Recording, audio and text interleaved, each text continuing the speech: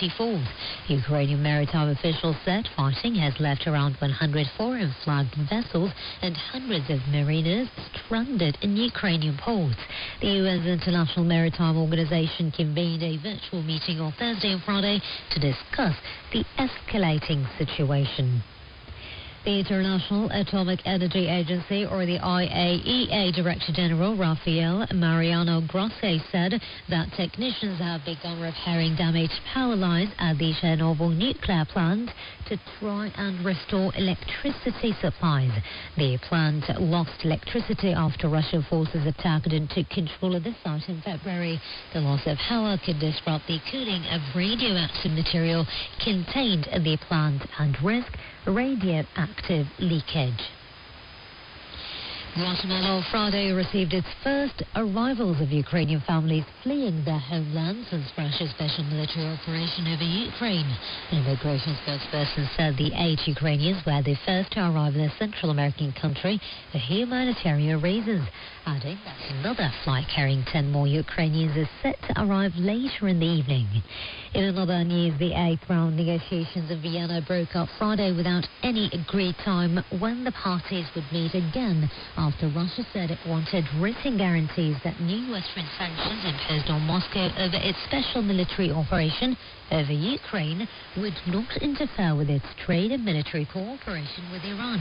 European Union Foreign Policy Chief Josep Borrell said a final text of an agreement to renew the nuclear accord between Iran and world powers was essentially ready and on the table, but the parties called for a pause in the talks in Vienna due to external factors.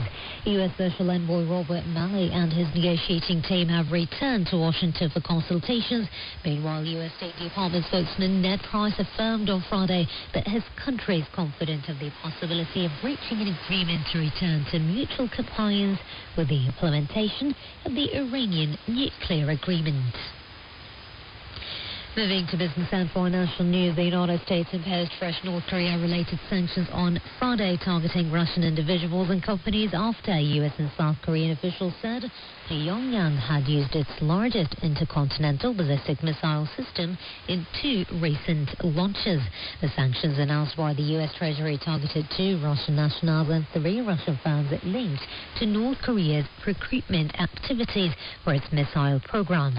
The measures come amid concerns that North Korea may soon follow through on threats to resume full testing of long-range ICBMs and nuclear weapons for the first time since the year 2017.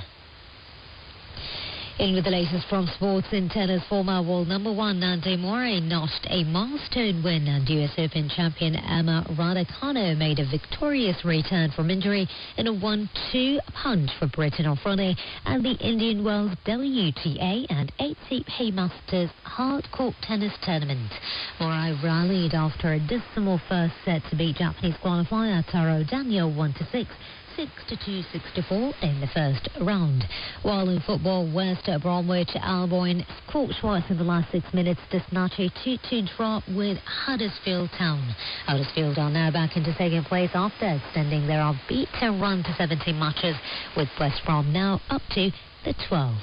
Lastly, taking a look at the weather forecast in the state of Kuwait, we have a weather warning in effect from the Meteorological Department for dust and a drop in horizontal visibility to less than 1,000 meters and might be nil over some areas, with northwesterly wind speed of 15 to 40 kilometers per hour.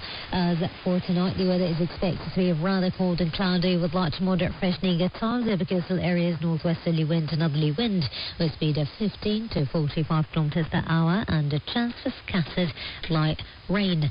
Maximum expected temperature for today will be at 25 degrees Celsius, while minimum expected for tonight is 19.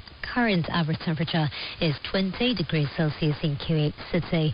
This is Hessa Khalid with the 9 o'clock news update. Join us again at 12 for more updates on Kuwait City Station 98.7 Radio Kuwait.